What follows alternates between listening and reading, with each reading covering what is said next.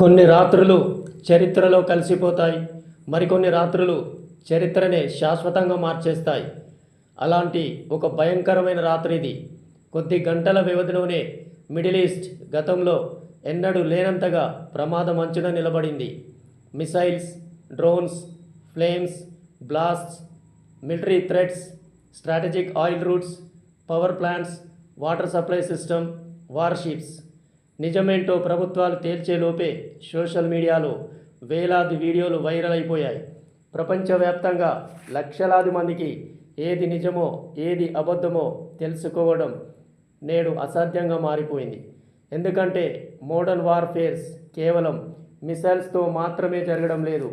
ఇన్ఫర్మేషన్స్తో జరుగుతున్నాయి, వైరల్ వీడియోస్తో జరుగుతున్నాయి, అనానిమస్ సోషల్ మీడియా అకౌంట్స్ ద్వారా జరుగుతున్నాయి. మ్యూచువల్ అక్విజేషన్స్ అంటే పరస్పరం ఆరోపణల ద్వారా కూడా జరుగుతున్నాయి. అయితే మిడిల్ ఈస్ట్లో రాత్రి ఏం జరిగిందన్న దానిపై నిజానిజాలు బయటపడతాయి. ఇక్కడ ఎవరు గెలిచారనేది ముఖ్యం కాదు, ఏం జరిగిందో తెలుసుకోవడం చాలా ముఖ్యం. నెలల తరబడి ఈ ప్రాంతం యుద్ధం నీడలో మగ్గుతోంది. సైనిక స్థావరాలన్నీ అప్రమత్తంగా ఉన్నాయి. అమెరికా తన బలగాలను గల్ఫ్ రీజియన్ వ్యాప్తంగా మరింత టైట్ చేసింది. ఇజ్రాయెల్ ఇప్పటికే ఏకకాలంలో పలు యుద్ధాల్లో తలపడుతుంది. తన భూభాగంపై ఏ ప్రత్యక్ష దాడి జరిగినా సహించేది లేదని ఇరాన్ ఇప్పటికే హెచ్చరిస్తుంది.